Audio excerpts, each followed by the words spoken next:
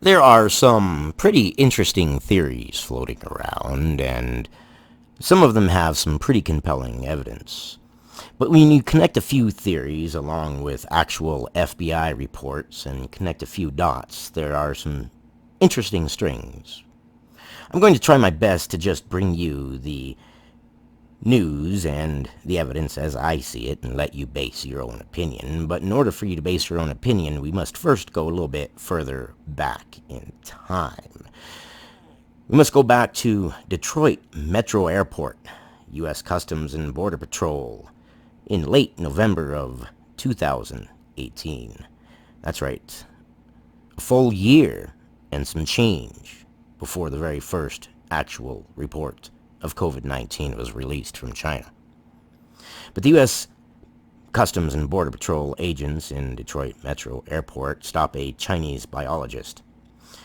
When asked if this Chinese biologist, had anything to declare, he said that he had antibodies in his luggage, and that he was delivering these antibodies to a fellow researcher at a United States institute. However, U.S. Customs and Border Patrol agents, being who they are and the curious individuals that they are, they did some further investigation, and upon further investigation it was discovered that these vials within this Chinese biologist's luggage were actually viable samples of MERS, or the Middle East Respiratory Syndrome, and also SARS, or Severe Acute Respiratory Syndrome. My questions, obviously, would be, number one, why would the Chinese biologist, if he was doing nothing wrong, declare them as antibodies when clearly they were not antibodies? They were viable samples of some deadly diseases. Two, let alone that, if he wasn't purposely doing it out of sheer, stupidity and incompetence, why was he carrying viable samples of SARS and MERS through an American airport to begin with?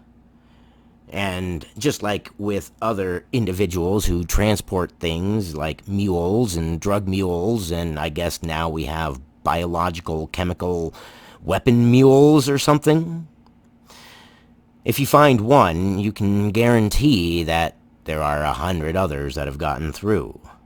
And this has not been really big news. Yahoo News has a story on it, but lots of other places are not picking up on it. And indeed, if you go to FBI reports, they show that at least 3 other incidences of Chinese individuals with biological type backgrounds were carrying viable materials from E. coli to more MERS and more SARS. So at the very least, it shows its absolute complete incompetence, and at the very worst, well, you can draw your own conclusions. So then we get to a point now where China has locked itself down, and in early December, before it had been big news, when they were silencing the doctor that first released it and having him fill out a confessional saying that he was wrong and that it wasn't a big deal and that it was nothing, behind the scenes, the Chinese government was telling its corporations to not only send all of the medical equipment that they produce back to the motherland, but also to outsource and buy medical equipment from the countries that they're respectively contained within, and buy up that country's medical equipment and send it back to China as well, all the while touting that it wasn't that big of a deal. Come January, February, the whole world starts to see that indeed it actually is quite a big deal. At that point, China has gone draconian and completely locked down its people and kicked out foreign journalists, and who knows where the real numbers for China sit right now. We won't even go into that because at this point that is not the point. Then later on, after China comes off of lockdown and they start selling medical equipment again to the world, they mysteriously start selling billions of dollars, but quite a large number are defective or substandard. I will let you draw your own conclusions from all this, but the whole thing just seems quite odd to me. If I'm off my rocker, then by all means, you tell me that I'm off my rocker, but right now it just appears quite odd. I will link the Yahoo News article in the description box below, and I highly advise you and suggest to you that you peruse it and do your own research and come up with your own conclusions.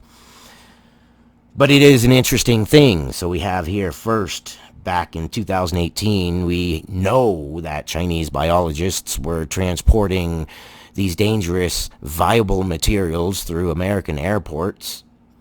And if you've caught one, there's 100 that you haven't caught. It's just like drug mules. Come on now. Let's just be real. Let's admit it here. Let's be honest. Let's not beat around the bush.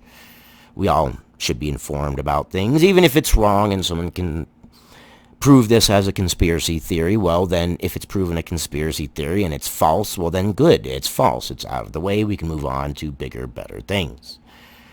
But on the off chance that it might open some eyes and be like, hey, now, wait a second, something's going on here. China is not our freaking friends. We need to produce our own stuff here. We need to get off China's tit and do our own thing and, yeah, put America first. Why not put America first for a change? I see nothing wrong with that. I see nothing wrong with being proud of America and things like that either. But then again, you know, I live in the realistic world of, well, reality.